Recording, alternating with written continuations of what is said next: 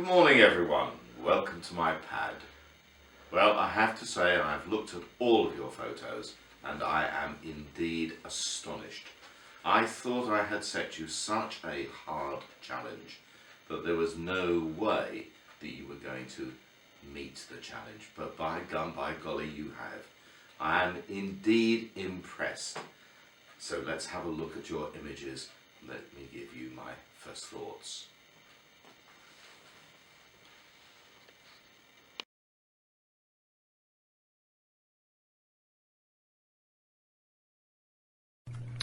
Good morning again. Well, we're having a look at the photographs now, and I'm particularly impressed with Bill's imagination in these three photos. I know we're looking at number one, which has got the juices flowing. I can almost taste that whiskey. And I very much like the way that the two glasses are positioned, showing the Scotsman through the first glass and looking at him on the second glass. I like the perspective. I very much like the composition with the diagonal from the bottom left up to the top right. And the light is very, very good, giving, have you noticed, a rather nice, rather alluring colour on the tablecloth down below the glass. I like that very much. I should have said down below the bottle of whiskey. That orange colour is coming through very nicely. So well done on that one. We'll proceed without ado to Bill's second one, where quite clearly he's used a very slightly different exposure, giving us a richer colour in the whiskey, and he's remembered to put some whiskey in the glass. And so that makes a very good triangular composition. Once again, look at the composition from the bottom left corner to the top right, and completing the triangle, the glass with the whiskey in it. So we have a triangular composition, and I'm impressed with that. Let's move on to number three, which I think is the best of the three. Again, a triangular composition. Bill has changed the tablecloth for something white, which is a great improvement. There's still a little of the hatching on the tablecloth showing on the right-hand side and at the bottom of the bottle on the left-hand side.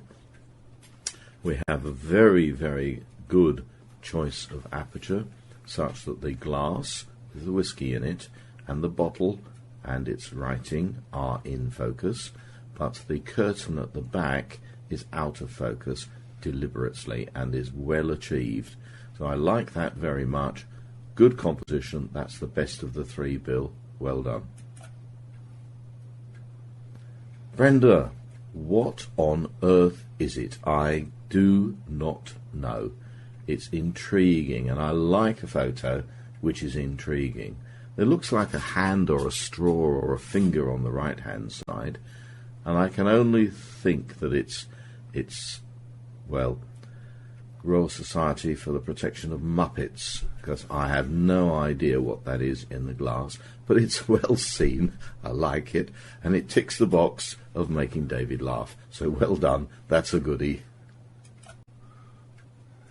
Brenda 2, through the glass, in what I take to be a shop selling who knows what, Christmas decorations on a cake stand.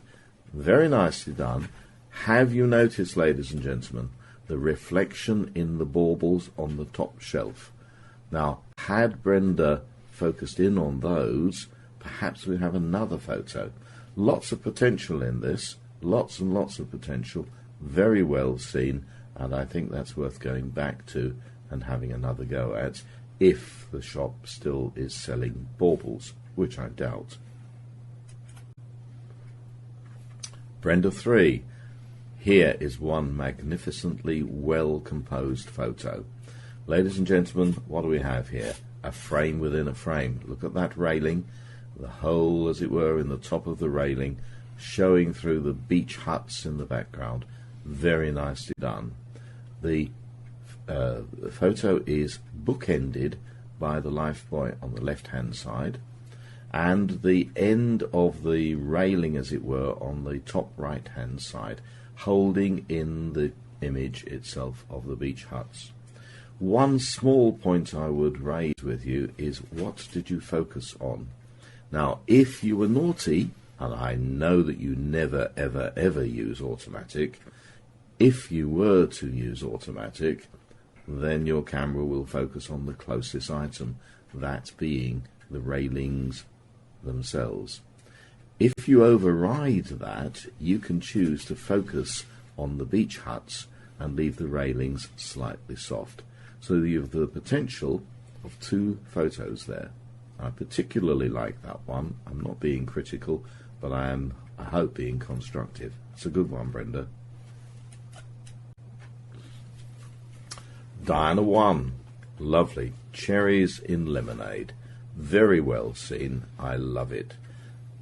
Very, very intriguing. What's holding the cherries in? Why aren't they floating? How are you keeping them down? I love it. Bubbles on the cherries. Excellent. Nice composition. Diagonal composition with the stems of the cherries going to very nearly the top left-hand corner. Love it.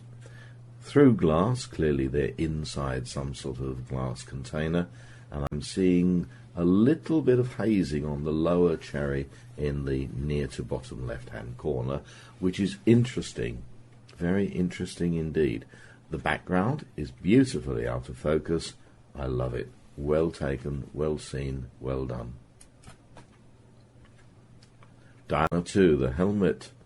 One of the most difficult things to photograph is shiny metal, and you have done it beautifully. Shiny metal, as we all learned when we went to the church previously, can give us great problems, but you've chosen a very, very good choice of aperture and shutter speed. Did you use a tripod? I don't know, but it's pin sharp and I like it. I can see, and I'm sure others can see, the way in which the focus drops off across to the right hand side of what might be called the cheek or the ear protectors on the helmet. It's a beautifully rendered record shot, well taken, and most of all, no reflections from the glass inside the cabinet. So well done on that. Diana 3, some sort of ape, I guess, about to run out of the picture. Now, well taken. I guess he's behind glass. I guess he's in a zoo somewhere. And had you had the opportunity, which is dead easy to say and not so easy to do, to put him slightly further to the left, i.e. turn your camera a little bit to the right, giving us some space into which this monkey can leap, run, walk, or move, that would have been even better. A good choice of aperture, making the background quite indistinct, quite soft, and that's exactly what we want. Clearly the depth of field is really quite shallow, so his hand nearest us in the middle of the photo is out of focus. That's okay with me. The other hand is also out of focus in the bottom right hand side, but his eye is pin sharp, and that's the important thing. Not easy taking pictures of animals, and you did well here, so well done. Doreen 1, again, a good record shot, having overcome the problem of reflections in glass, if this helmet was in glass. However, you do face the problem of shiny metal and the reflections off the top of the helmet and the brightness of the background. So how could we have overcome that? Well, you can't walk around with a black sheet and get your assistant to hold it up, but maybe you could get an assistant to stand behind it, holding his jacket up or just plain getting in the way of the somewhat distracting backgrounds. Always, ladies and gentlemen, look around the edge of your photo. I always say take lots, but in this case I'm going to say take them carefully. Look around the edge, check what's happening in the background, and see if the background is more interesting than the subject. Clearly our eyes are being taken to the bright light in the top left hand side there, and the I don't know what it is. The wall, is it behind maybe a display board which is brighter than the subject itself? So well taken, well done, good record shot, and lots to learn from doing it. Well done, Doreen. Doreen 2, once again, we have a uniform, well lit. I suspect it's ambient lighting. Had you put a flash on it, it would not have been so interesting, because a flash from your camera would have gone straight into the uniform, giving us what we call flat lighting. But we can see quite clearly from the lighting in the museum that there is a shadow cast from the left to the right. So this is giving a three-dimensionality to the image of the subject, which I very much like. So whenever you're taking pictures of people, do not put the flash on the camera, put it off to one side, or don't use it at all, and use ambient lighting to give a roundness to the shape, a three-dimensionality. Some of the photos that one sees from the Happy Snapper Brigade, they've used the on-camera flash, and it isn't good. It isn't good. But this is good. Good record shot, well lit. I like it. Quite difficult, this one, Doreen. Taking photos of something behind glass in a frame without getting reflections in the glass itself of what's behind you. So well done. And you'll notice, ladies and gentlemen, the technique that Doreen has used is standing very slightly off-centre from the frame of these medals and the poppy, such that the reflection of the background isn't showing in the glass. We have one or two highlights on the frame itself, difficult to avoid. They don't trouble me in the least, but it certainly teaches us something. Stand very slightly to one side, and we won't get the reflections showing in the glass. Good record shot. I like it. Iris number 1 through the wine glasses with the lights behind. Very well seen. Ladies and gentlemen, look at the number of glasses Iris has chosen. It should be the magic number 3, and I'm seeing 4 wine glasses. Well, at least 2 wine glasses and 2 long glasses, let's say. Beautifully taken, with the focus suitably made onto the wine itself in the closest glass. Can we learn from this by looking at the background? Look at the background past the wine glass on the right-hand side, and you will see that Iris has chosen such an aperture that that background is dropping out of focus, which is ideal, absolutely ideal.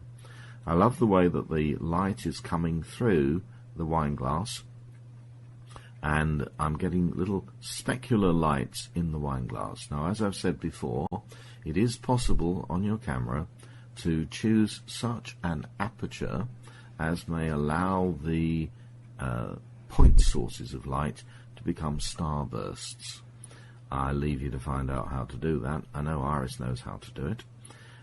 I particularly like the way that the lights are reflected in the shiny tabletop down below. So yes, very well seen photo, a good experimental tabletop photo, and I'm impressed with it. Should we really have cut the top of the nearest wine glass off? Would it be better to have retained that, or take the top off altogether? I don't know.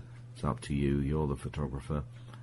You do what you like. But I think perhaps both of those are opportunities that we could have taken. I like that photo very much indeed. I'll move on to Iris number 2, which is again taken through a window, and we have some distorted images through these strange glass panels in the pub sign outside. I'm liking that a lot. I'm wondering whether the most intriguing images are those in the bottom 3 panes. And had Iris chosen, well, let's just talk about the middle one, What a good photo that would have been. Just that middle pane, looking through the I don't know what you call it, the old-fashioned glass with the shapes in it, and giving us a really intriguing photo. I love that. The one on the left-hand side seems to have a stick man walking along with a yellow balloon following him. Again, that would have made a terrific photo on its own. Similarly, on the right, it almost looks like a church or a building or something across the other side of the road. 3 good photos. Lots of potential. And I think, Iris, your homework is to go back to that same pub. I can nearly read the sign in the top pane, and take those 3 photos again and intrigue us with what you get on another occasion. Yep, I like that. It's well seen, well taken. I don't think the top 3 panes are doing anything for me. I think as it stands, I'd crop those top 3 panes off altogether. But I'd definitely send you and Peter back to take those 3 images again. Well done, like it. Iris number 3, the I don't know what it is, a water jug with a little man behind it, beautifully distorted. I love it. It's showing exactly the sort of challenge to a photographer that I'd expect you to see. Look at the background and ask ourselves, ladies and gentlemen, is the background in focus or out of focus, and how would we want it to be? I think on this occasion I'd like to bring the jug and the little man further away from the wallpaper or the whatever it is, table mat, so the table mat is further away, and but we still retain the sharpness on the jug, and the little man distorted through the bulb of the glass. So very well seen.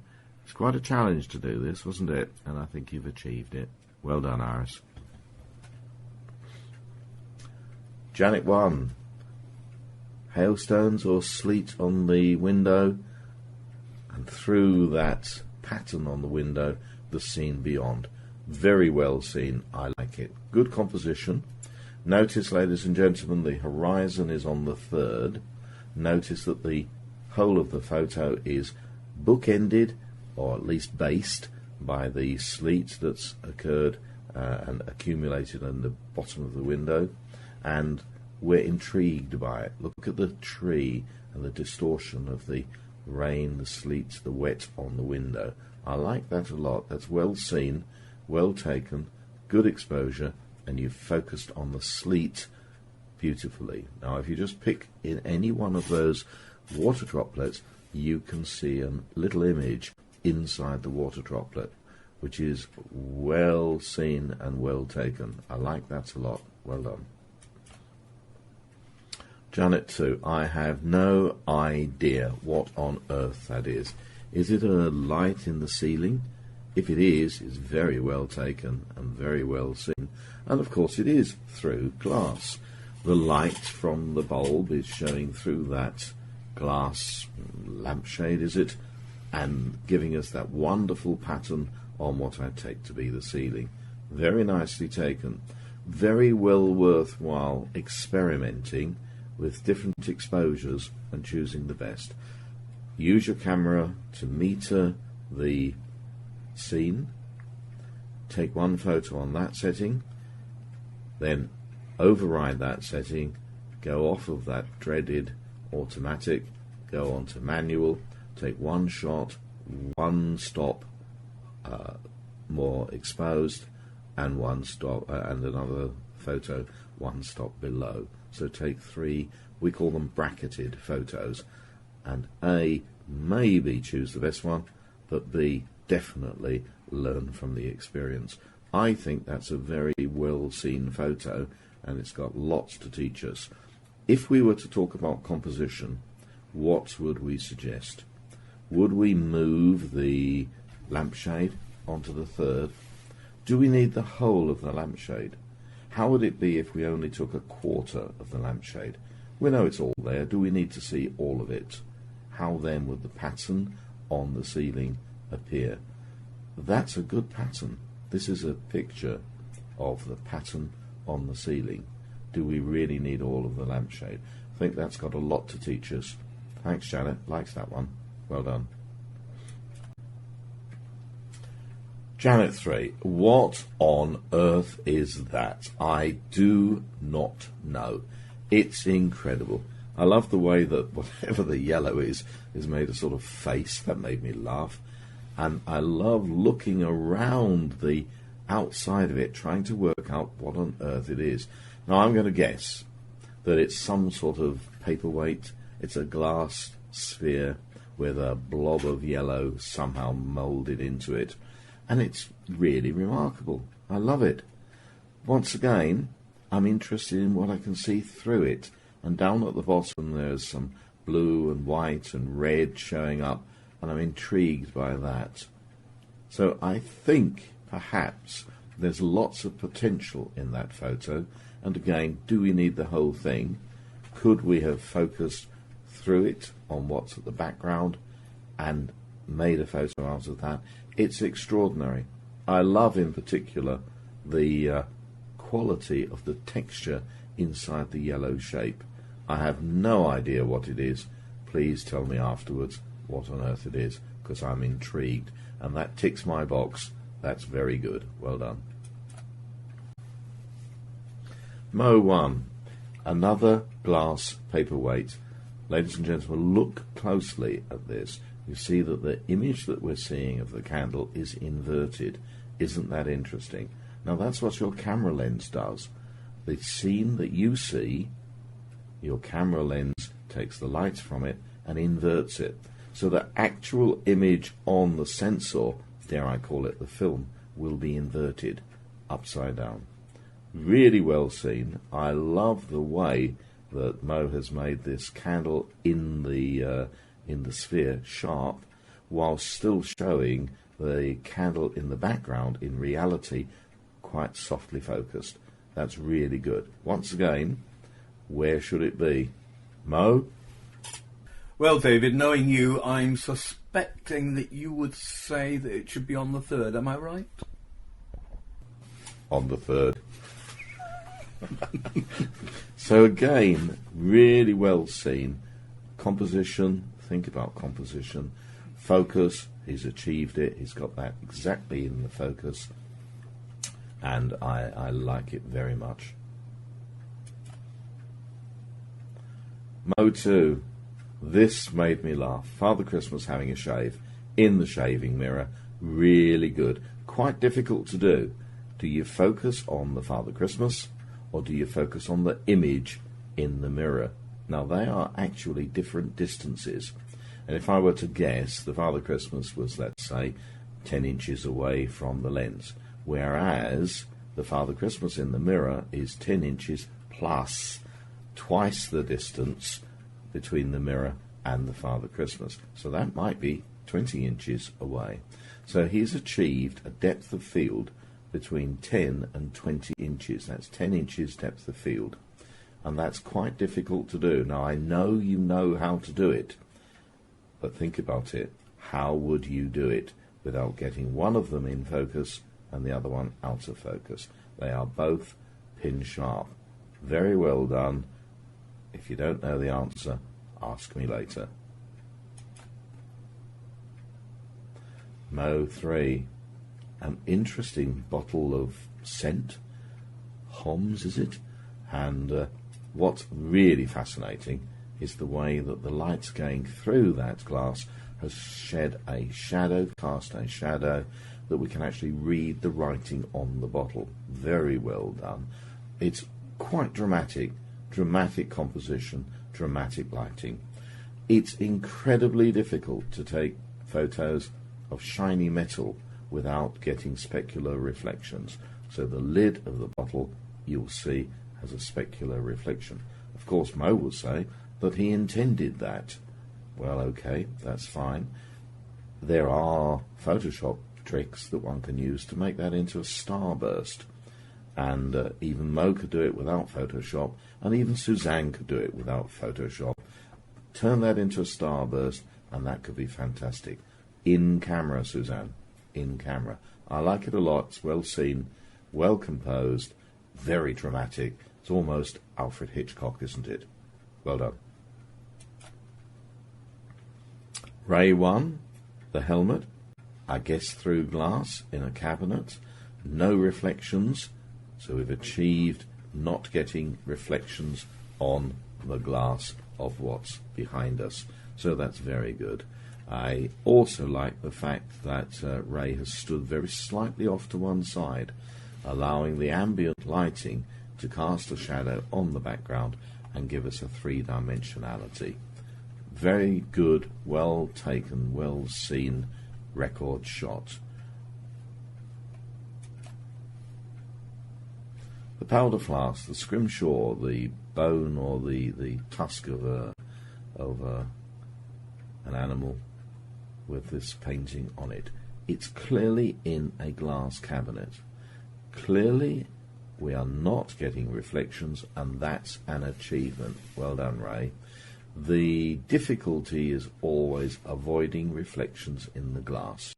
You've moved the camera very slightly off at an angle, and I like that a lot. It's given us a composition from the bottom left up to the top right corner, and it would have been oh so easy just to put the camera straight and level and get the shelf level, and that would have destroyed the composition. I like turning the camera through, in this case 20 or 30 degrees. It's achieved something very well done.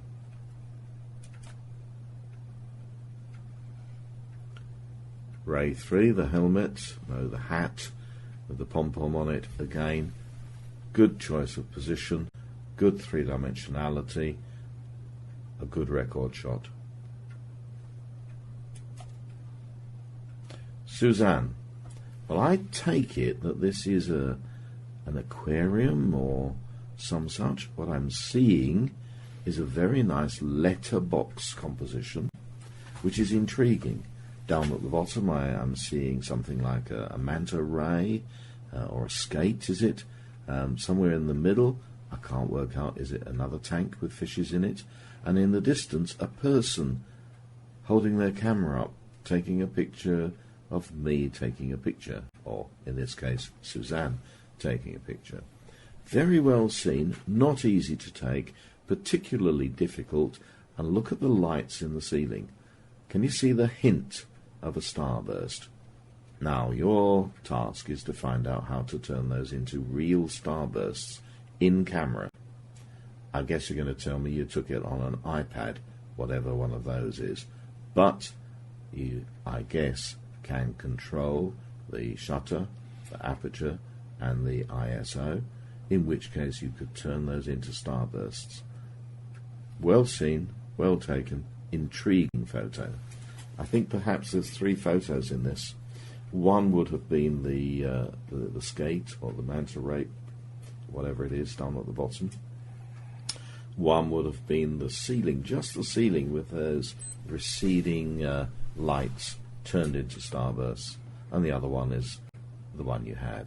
So yes, very good, well done, well seen. Suzanne 2.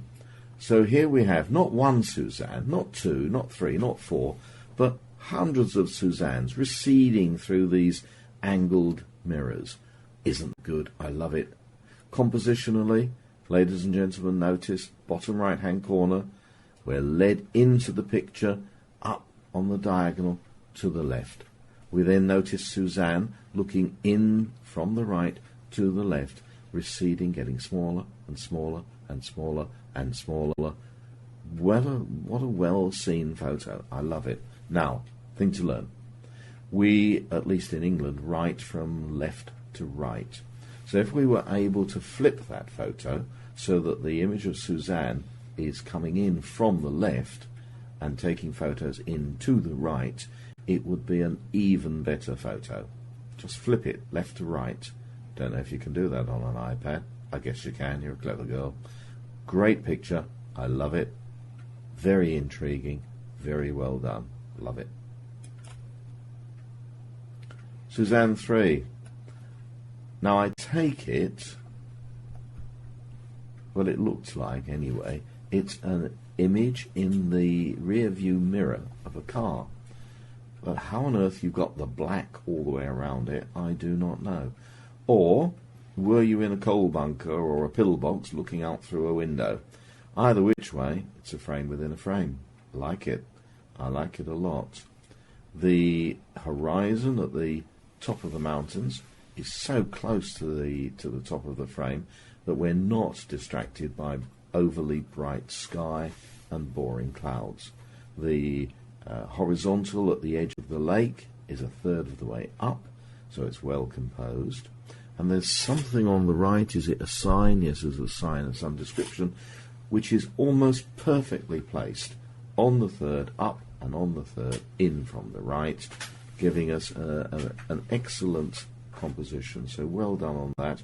Would be nice if you could do the same thing again on a different day when it's more contrasty. So go back when it's sunny or when it's raining, or even better still, when it's snowing. Actually, I'm intrigued by that photo. Do please tell me afterwards how you did it. It's a goodie. Terry 1.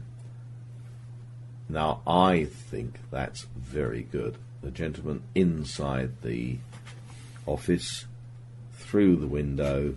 Did he know he was being photographed? Who cares? Doesn't matter. I'm very intrigued by this photo. I like it a lot. Gentleman is on the third up and the third in. The photo is really, I guess, two photos, because the window panes on the left are quite separate from the window panes on the right, and both would be excellent as images. Very, very well seen. I don't know if it's posed. I don't care if it is. I think it's a really good photo.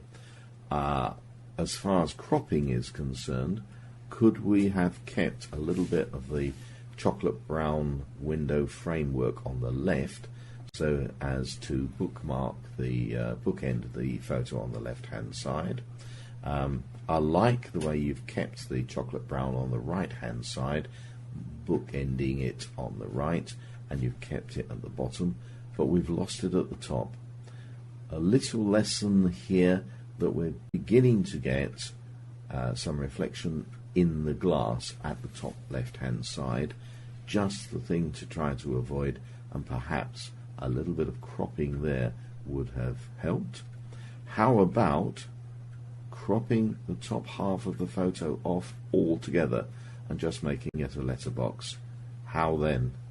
I think it's intriguing. I like that image. It's well seen, it's well taken, and quite intriguing. It tells a story. If you can take a photo that tells a story, you're on a winner. It ticks the box. Well done, Terry. Another fascinating photo, Terry 2. A photo in a mirror of some bright, shiny armour. Yes, like it. I like it a lot. Clearly, it's a record photo, but it's well composed. It's not just straight on to the armour. It's seeing it in a mirror. Yeah, I like that. Well seen. Not everyone would have seen that or taken that. Cropping. Should we crop off the brickwork on the left-hand side? I would be quite happy for you to do that, turning it more into a letterbox. Should we crop off the brickwork on the right? Perhaps not, because it sets it into a setting of a mirror on a wall with a suit of armour in the reflection in the mirror. So, yeah, well done. I like that. Well seen, Terry. Terry 3. That's a goodie. I do like that. Now, what aperture did you choose?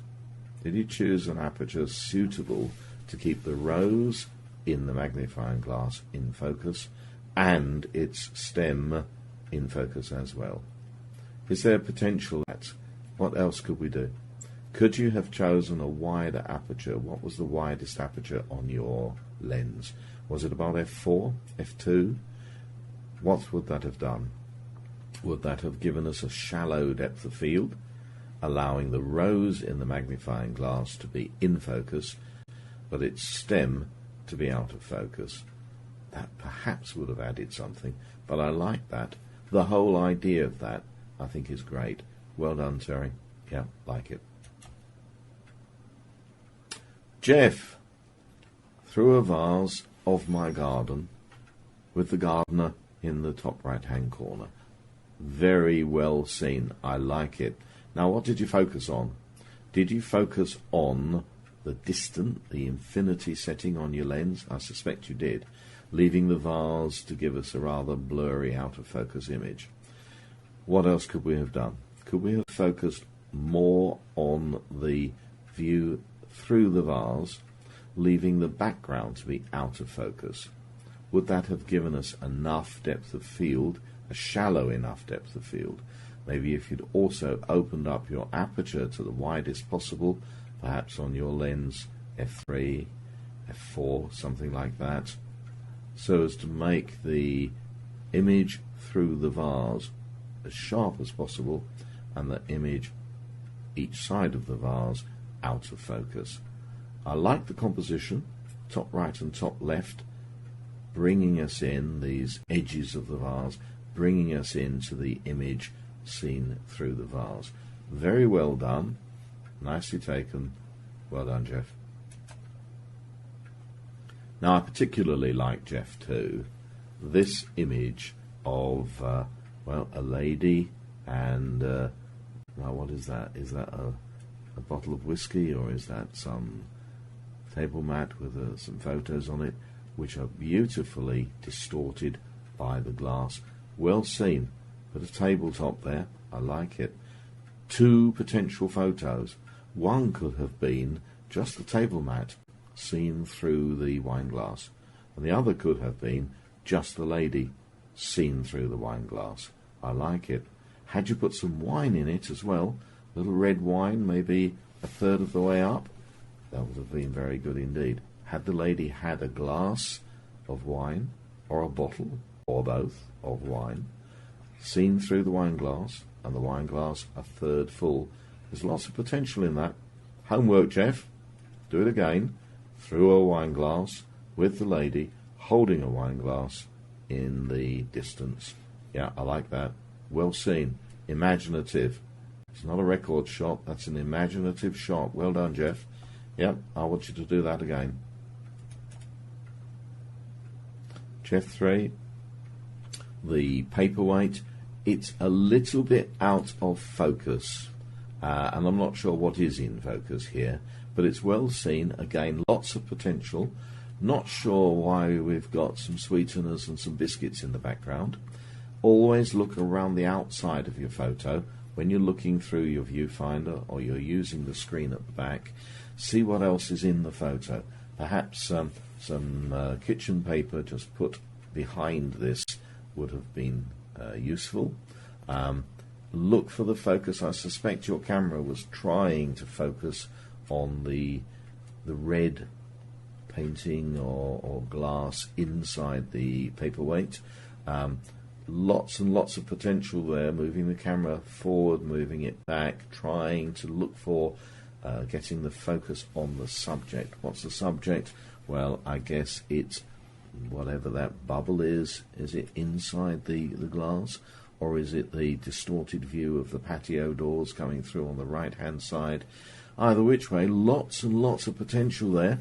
So homework number 2 for you, Jeff. Do it again and do lots of them with a different focus at each one. Very good example of experimental tabletop, and I think we can all learn from that. Well done, Jeff. You've taught us something. Well, ladies and gentlemen, I wondered whether you'd like this particular shot. Clearly the camera never lies, and it was an opportunistic grab shot. And yes, well, I hope you enjoyed it. I hope it got you interested in taking photos through glass. Another one through the windscreen when the rain was sheeting down of a tree and some beach huts. It happens to be in West Mersey, and it's a rather small image, I'm afraid. I must have reduced it before I sent it to Mo. But I hope again that gave you some ideas of things that you could take which were different from the standard through my garden window. So well done, everyone. I'm impressed with the images you sent in. I thought I'd given you such a hard task that you would have to struggle to do it, but you've all met that target. You've all achieved really, really well, and I am impressed. Of course, you don't know what your next challenge is yet, but you will soon. I'm going to make it hard because you're so darn good. Let me just say thank you to Mo for doing this production, and thank you all for sending in these wonderfully challenging photos. You've all ticked several boxes, and I am indeed pleased with all of you. Well done.